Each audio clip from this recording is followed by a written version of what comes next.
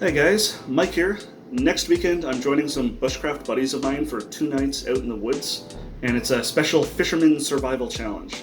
The only thing I'm allowed to bring is my fishing rod and whatever I can fit inside of a 10-liter dry bag. At first I was a little concerned, but you know what, that's a lot of space and I'm honestly not too worried. So for today's video I thought I'd take you through the process of picking my gear and doing a complete teardown of everything that I've chosen for my trip next week. And real quick, before we get started, if you're new to the channel, consider subscribing, hit the like button if you find this interesting, leave any questions you have down below, and let's get into the video. Okay. So you guys will like this. Got a bunch of new gear that I'm bringing out on this trip that I haven't had a chance to test yet. I've been on a couple camping trips lately that I've been meaning to try it out on, at least some of it, but never got around to it. So first thing is that fishing rod that I showed you during the intro there. It's a nice Rapala one, super lightweight, weighs like nothing. The case actually weighs more than the actual fishing rod does. I think it's made of carbon fiber, something like that. The Rapala Magnum. So super excited to try this out. I have tried fishing in previous trips to not much success. If you go back and watch my trip video on my first Crown Land overnighter, I actually tried fishing in that with some cheap Walmart fishing rod. But anyways, it did not turn out too well. I got exactly 2 casts out, and every cast I lost a lure. So this time I'm going to do things a little bit differently. I've actually done some research on how to fish, and I'll have the benefit of being in the company of people who are much more experienced fishermen than I have at least any experience whatsoever. So I also picked up a reel, obviously. I believe I have 10-pound line on there. Spooled it up myself. See, it's all brand new, all shiny and never used before. So I had to watch a YouTube video on how to spool it. And it's not cheap stuff either. I wanted to get something that'll actually last me a while. I know people have a habit of going out and buying gear and then never using it. Not this guy. I will absolutely use this gear over the coming years. So that stuff I've had for a little while now. I've actually had it since before the Crown Land trip I went out on with my buddy Matt, but I just never got around to actually fishing, so I cut all the related conversation about fishing out of that video, so it's as if it never happened. What else we got? So I got obviously my fishing tackle. I'll go more in depth with this when I do the complete teardown of everything that's in the bag. But I've got everything in there. I've got bobbers, I've got some hooks, I've got 3D printed fishing gear. From now on, I'm making a point for all trips, all bushcraft trips, all camping trips, in some way will tie back to tech in some way, so that I have a unified theme across my trip videos and all of my other like top 10s and tutorials and everything else I got going on.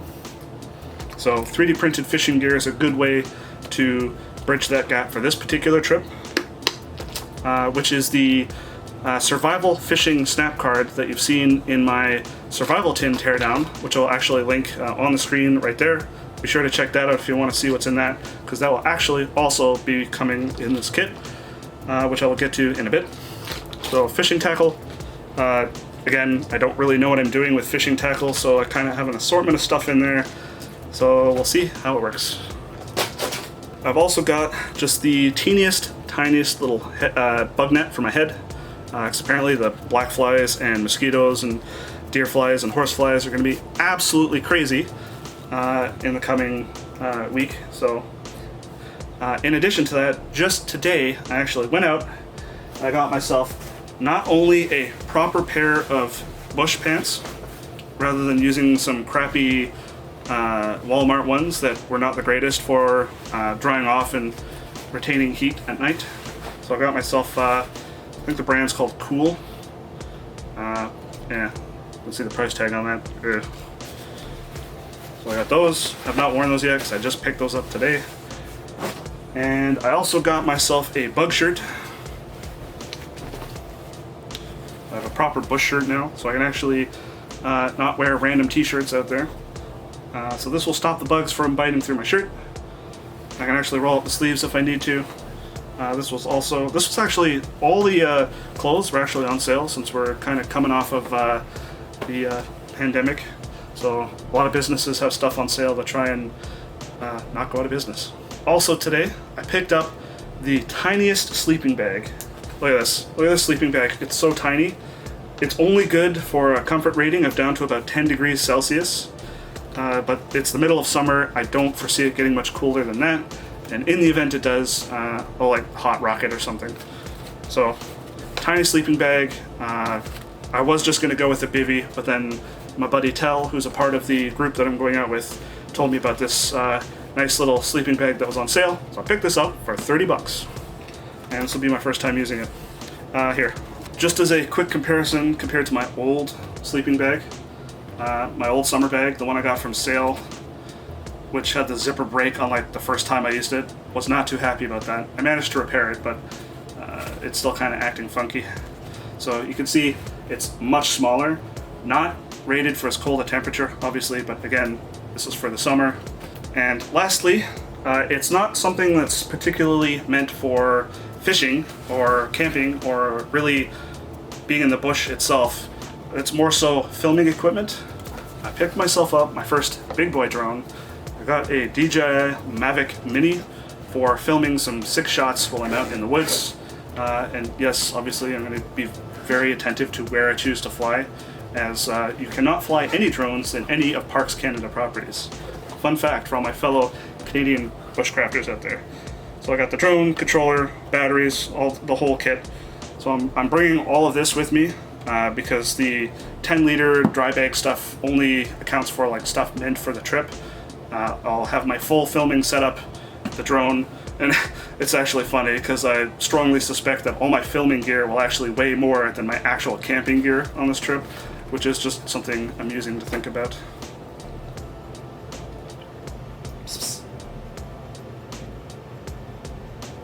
And now I'm going to show you guys my gear closet where I keep all of my camping gear. My fiance absolutely loves the fact that I did this. Not really. So, much to her annoyment, I have taken up the entire bedroom closet for camping gear. The entire closet is taken up by camping gear. On the right side alone, the farthest side there, it's all tents and sleeping bags and wool blankets. It's all sleep system stuff and shelter on that side. Some minor airsoft stuff up there, some older bushcraft clothes. You can see a can of gas hiding in the corner there, my bushcraft knife. Alright, so I'll save you the boredom of watching me go through the closet to get everything I need for the trip. So I'll just cut to having the kit fully stocked and ready to go, where I will go through everything that's in it. Let's do it. Okay, so I got it all packed up. I did a couple passes to make sure I slimmed it down as little as I possibly could. So I took it out with me to get some photos at the beach today, and I noticed a weakness with this. It's a Dollarama dry bag, 10-liter dry bag. At first I thought it was pretty decent construction quality, but the where the handles are stitched into the actual material, it's starting to kind of tear away. Let me undo it and get you a better look there. There, see how it's starting to kind of get ripped away there? So I'm gonna have to be a little bit careful. I might go out and replace this bag before I actually head out on my trip. But anyways, without further ado, let's get into what's actually in here. So first and foremost, like I was showing you during the initial bit of footage there, I got my replacement sleeping bag for summer. Tiny little guy, fits into like almost no space whatsoever. Next up, I have a space blanket for extra protection in case it gets a little cold at night beyond the 10 degrees that the sleeping bag's rated for. It was all folded up nice and neat, but I actually had to take it out today because while I was at the beach getting thumbnail photos for this video, it actually started raining and I needed to protect my camera bag from the rain. So this is waterproof, so that's what that did. Let's see, next up in here, I've got my Katadyn BeFree. This is about as light and small and efficient as you can get for water purification on the go. Well, it's not really purification, it's filtering if you want to be technical, but this could hold about 1 liter of water, and this is my primary method of getting clean drinking water while I'm out there. I do have other options, which I'll get to shortly. So also in here, I've got a Dollarama Special plastic drop sheet. This is going to be my primary shelter.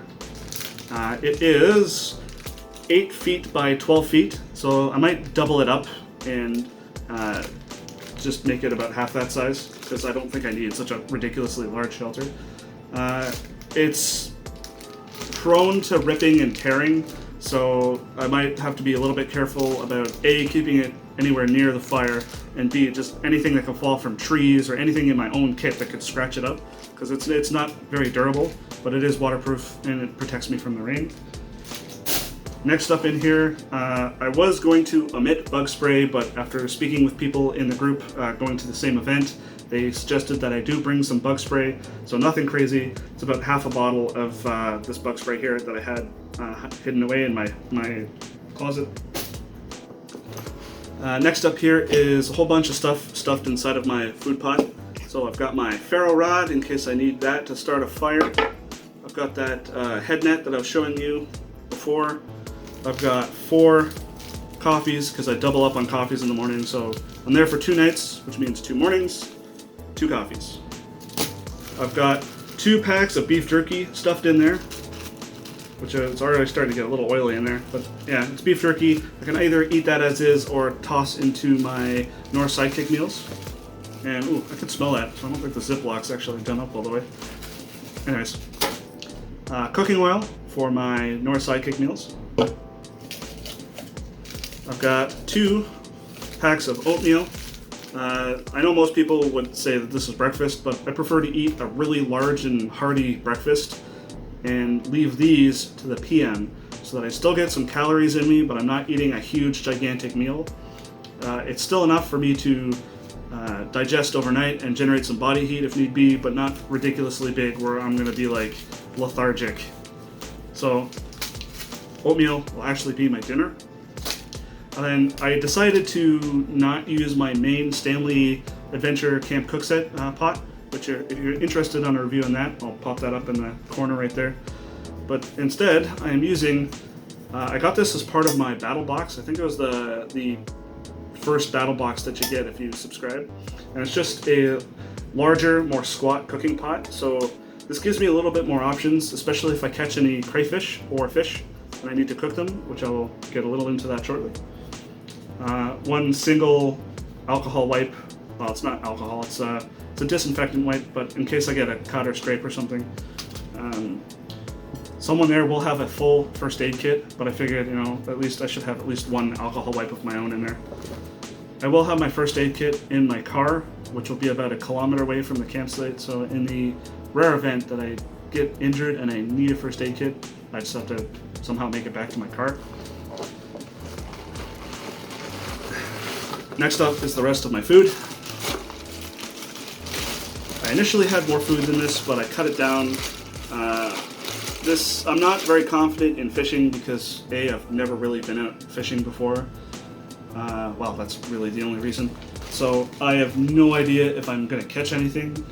With so many people of better experience than me and with crayfish, I probably will catch at least something. But having never really done it before, it would be a huge mistake to assume that I would and omit any food from my kit that I would need otherwise. So I did pack and plan on me having to eat food from my kit for the entire duration. I'm assuming that I'm not going to catch anything, but I really doubt that's going to be the case. Anyways, I've got 2 very melted vector bars in there, and my 2 North Sidekicks, these will be my breakfasts. So as you can see, I'm not doing too bad in the food department. I'm only going to be there for approximately 48 hours, so it's nothing too crazy. I will be able to sustain myself on that. Even that, I have a feeling, is probably a bit too much food, but I would still rather overdo it than underdo it. I will probably still have at least some jerky and probably 1 or 2 of the vector bars left, but again, I'd rather have more, not less. And I have it in this plastic bag, which from sale. I just have this so that I can put my food in a waterproof bag and bear hang it so that I don't have the food in my shelter or anywhere close to camp overnight. since we will be in black bear country. Poop. One of my coffees actually popped open. I have to replace that. Lesson learned, don't be too rough with the instant coffee packs. Okay, so next up in here are my gloves, which I didn't add until it was like the latest thing that I added. And I found them to be extremely useful in pretty much all the camps I've taken them out on. And the few that I've gone on where I didn't have them, I sorely missed them. So they're coming with me, and they fit into almost nothing. Alright, we're getting down towards the bottom here. I've got my headlamp, which I actually have to swap out the batteries and make sure they've got a fresh pair in them. But it's just a crappy Coleman headlamp. Worst case scenario, I do have my phone as a backup if I really need a light and this fails on me. But this is my primary light. It's gone out on a few trips with me so far, and it has done pretty well. It's not the highest quality brand, because Coleman's is like Walmart quality crap now, but it does work. Some things you can get from Walmart and works just fine. Next up, I've got my survival tin. So in here, as you've seen in the video I posted last week, I've got quite a few essentials. So if anything else in my bag fails, I do have some backup in here in an extreme emergency. I'll actually probably make use of the wire saw that's in here. Alright, so next up I've got cordage. So it's got my little Crown Royal bag that I repurposed as a cordage bag. I've got some, I don't know what this is, it's like a mason twine or something like that, spooled up on a 3D printed little spool here. And I've got some extra that I had in here from previous trips. So just a whole whack of cordage for tying up my shelter. And I also need some for one of the other things I have in here, which I'll show you shortly. And also for, I want to set up a, how do I describe it? It's essentially going to be a log about this long, and I'm going to hang 4 fishing lines from it at varying depths.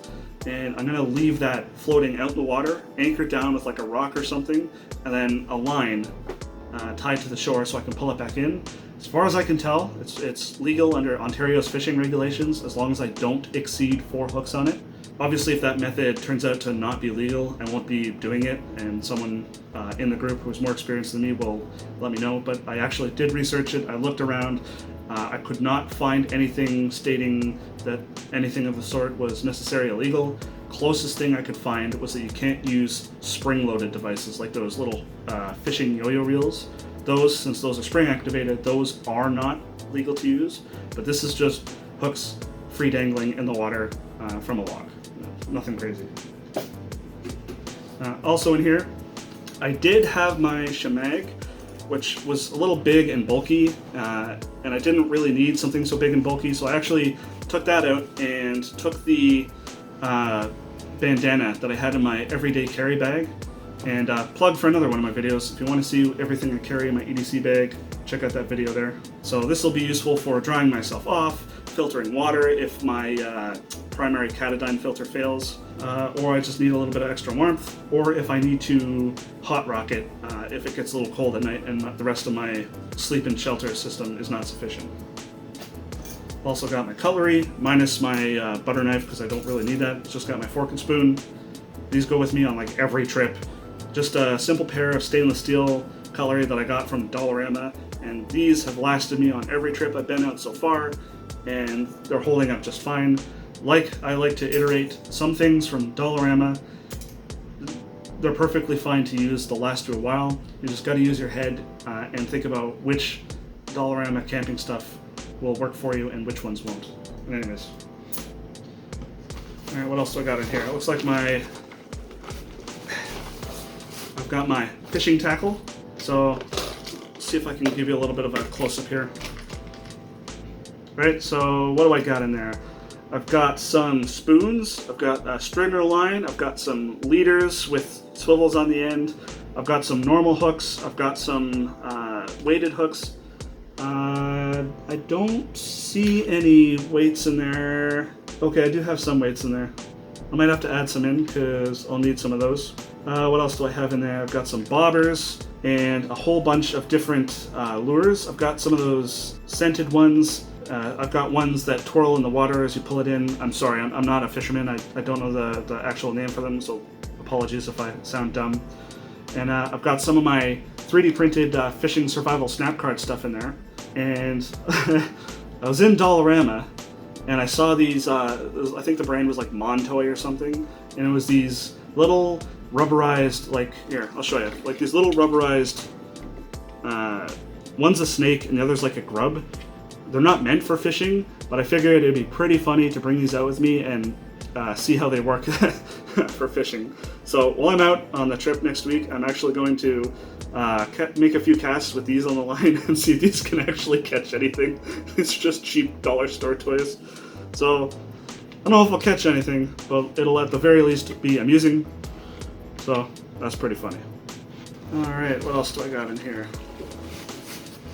Oh yes, even in a dry bag survival challenge, I still found room to fit toilet paper. Enough for 2 nights and what's left of my original pack of wet wipes. Yeah, I don't think the reason for that needs to be stated. Should be pretty clear. And I believe the last thing in here, and somehow I managed to make it fit into this dry bag. Wants to get out without wrecking the bag. Come on. Come on. It is. Come on. It's a crayfish trap for catching crayfish. So the idea is they can get in there, but they can't get out. So I'm gonna weigh it down with some rocks, put some bait in there, cast this out, leave it overnight, and hopefully have some delicious, tasty crayfish in the morning. So I'll probably leave this in for the entire duration of our stay and just check it periodically to see if we have any crayfish.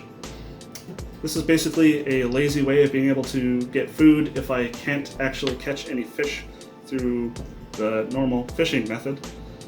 And yes, this is only meant for crayfish.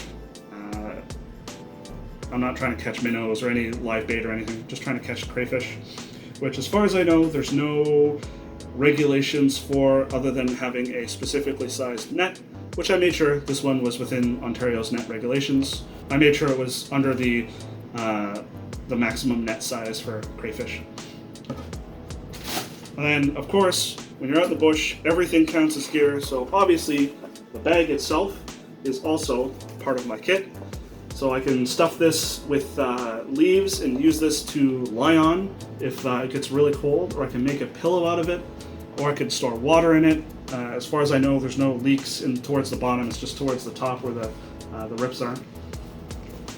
And that is everything minus my fishing rod. I'm taking it with me for 2 nights out in the bush with the Oshawa bushcraft community. So this will be a new experience for me. I'm not used to trying to make do with minimal gear, so it should be interesting to see how I do. So make sure that you're subscribed because that video is probably going to be one of my more interesting trip videos. And obviously I'll have my bush knife clipped to my belt along with my multi-tool, and I'll also have my keys, my wallet, my phone with me as well. Stuff that I would be carrying on a normal day anyways. Well, thanks for watching, guys. If you're new to the channel, I take a look at the intersection of fun, futuristic technology with traditional outdoors experiences, so check out the rest of my videos and consider subscribing if that's your thing. Hit the like button if you found this video interesting, and if you have any suggestions for anything I can swap out in my kit, please leave them down below. And if you want to help out the channel, check out the links in the description, such as the link to my online 3D print and paracord shop where I sell a variety of paracord and 3D print for outdoors and everyday carry use. And use the promo code SHAMELESSPLUG to get 20% off your order. And lastly, come find me on Facebook and Twitter. I'll catch you guys next video, which will be the end result of my 2 nights with the 10-liter dry bag challenge. Cheers.